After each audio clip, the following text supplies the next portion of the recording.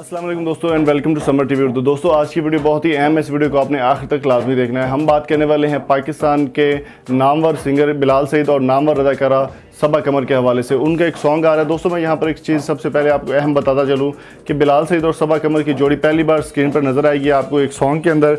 और इस सॉन्ग में क्या किया गया, सबसे पहले मैं आपको बताता चलूँ कि ये सॉन्ग एक मस्जिद के अंदर शूट किया गया। मस्जिद वज़ीर खान लाहौर की बहुत कदीम तरीन और बहुत ही पुरानी सकाफ़ती मस्जिदों में से एक मानी जाती है।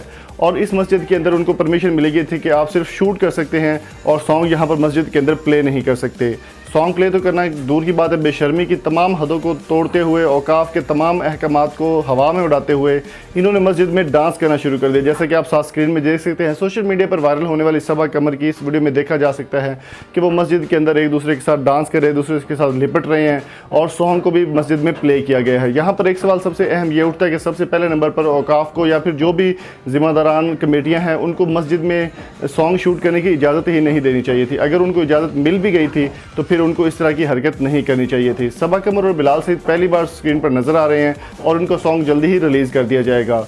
मस्जिद में शूट करने के बाद अगर आप कहें कि हमारे ऊपर कोरोना ना आए, हमारे ऊपर अजाब ना आए, हमारे ऊपर तकलीफ़ें ना आए, तो फिर आप गलत हैं। जहाँ पर बिल्ली के बच्चे के साथ पाकिस्तान में ज़्यादती हो सकती है तो वहाँ पर मस्जिद के अंदर सॉन्ग प्ले होना या नाचना कोई बड़ी बात नहीं है। और कोरोना जैसा अजाब अगर हम पर ना आए तो इसमें हैरानी वाली कोई भी बात नहीं। हम इससे भी ज़्यादा बड़े अजाब के मुस्तहिक है जिस तरह की हमारी हरकतें हैं और जिस तरह के हमारे काम हैं।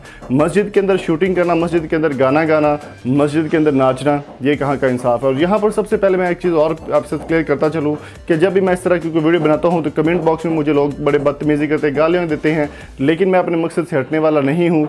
जब तक ये कंजरखाना और ये बेगैरती बंद नहीं हो जाती तब तक आप भी मेरा साथ दीजिए और हम इस जहर को पाकिस्तान से ख़त्म करके दम लेंगे। आपकी इस बारे में क्या राय है, कमेंट बॉक्स में उनकी तरह से हमें ज़रूर आगाह कीजिए। वीडियो पसंद आई तो चैनल को सब्सक्राइब जरूर कीजिएगा। मिलते हैं आपसे नई एक वीडियो के साथ बहुत जल्द। Thank you so much for coming. अल्लाह हाफ़िज़।